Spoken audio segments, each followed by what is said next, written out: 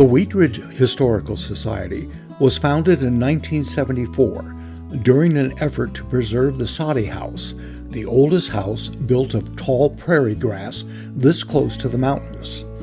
Through the leading efforts of Naomi Olson and Louise Turner, a small group of dedicated citizens collected thousands of artifacts that document the area's growth and saved several historical buildings from destruction. These buildings now all reside within the Wheat Ridge Historical Park. Having sponsored community events at the historical park since 1977, the group now offers events monthly on second Saturdays on themes such as Heritage Day, Apple Cider Festival, Spring Equinox, Veterans Day, and a May Festival at either the historical park or the Bauhaus. Activities focus on site tours, presentations, and demonstrations of various historical activities, including quilting, knitting, doll making, puppetry, old-fashioned games, and apple pressing. Hi, my name's Marta Hedde, and I'm on the board of the Wheat Ridge Historical Society. The society started in 1974 in an effort to SOS, Save Our Soddy, which is right next door. We'll be there in a minute.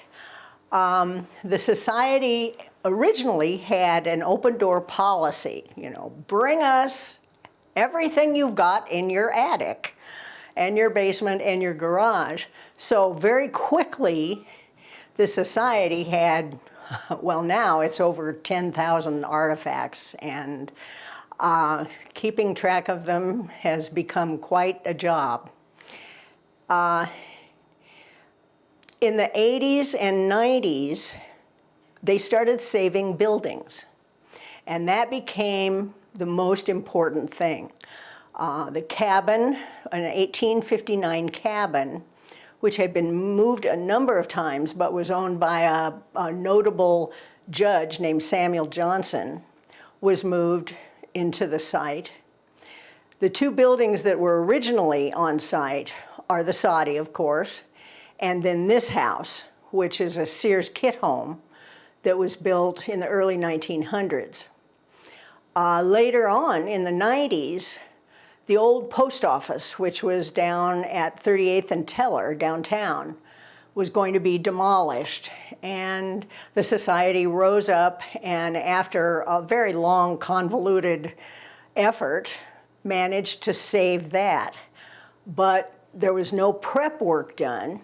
And so the post office lived on a flatbed truck in a field for several months until they prepared a place here, and then it was moved here. So we have a nice little park of about 1 acre with several buildings, and then the house and the man that started it all is 2 blocks south of here. His name was James Baugh, and he was one of the earliest settlers in the area. He came in 1859 to pan for gold, decided that was not going to be his future, came back down. He had been from a farming family and took a look at the soil around here and decided that he might want to be a farmer.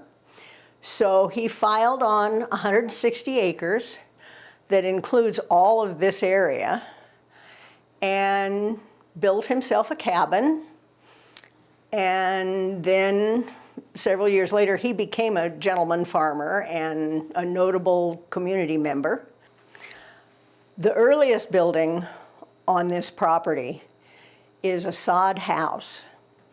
And no one knows exactly when it was built. No one knows exactly who built it. It's thought that James Baugh built it. In 1870, the census recorded that he had 3 farm workers living in it. So we know it was built by 1870. It's been preserved by stucco on the inside and outside. There's a window on the patio that faces east. Looks like a window until you get right up to it, and you realize it's a window into the sod. and you can see the original sod that made up the building. Right now, it looks like a charming little stucco home. The upkeep has been a little challenging because it's very old and it shifts, so we get cracks in the walls and so forth. Currently, it's been staged to reflect a family living there in the late 1800s after the railroad came through, so technology is evident. In the late 1800s, a man named Bert White and his wife Etta came to Colorado and bought 10 acres from James Baugh. They lived in the Soddy, but Etta kind of pined for her home in Iowa, so they bought a Sears kit home, which is where we're standing right now, and erected that. They had 2 grown sons who helped build this house, and then they made them live in the Soddy, and Bert and Etta lived here. He became known for raising celery, which is very labor intensive. But his sons and then his grandsons have lived in this area way until the 20th century. Now, we also have the Baugh House, which has an interesting story. It's 2 blocks south, and James Baugh came in 1859. He built a little cabin, and eventually he had to sell the farm and subdivide it and so forth. Well, the man that bought the 10 acres surrounding the original little cabin with his daughter redesigned it and enveloped the entire cabin with late Victorian farmhouse, charming little farmhouse. The cabin disappeared, and eventually it disappeared from memory. And it wasn't until the 1900s that the last owner, I don't know, was doing some work and went to knock out a wall, and there were logs behind this wall. So the cabin was rediscovered. He eventually died, and curiously, the house caught on fire the morning that his funeral entourage went by on 44th Avenue on its way to the cemetery. No one was ever, they didn't even pursue it, I don't think. It was just an old building until the Historical Society and the city took note of it. But it sat derelict on the corner there with a fence around it for years and years. Neighbors were furious. And then the Historical Society got active with it and hired a specialist to come in and redo just as it was in the early 1900s. When you walk in the building, you walk into a charming parlor in the early 1900s, but when you walk into the next room, it transforms into Baugh's cabin.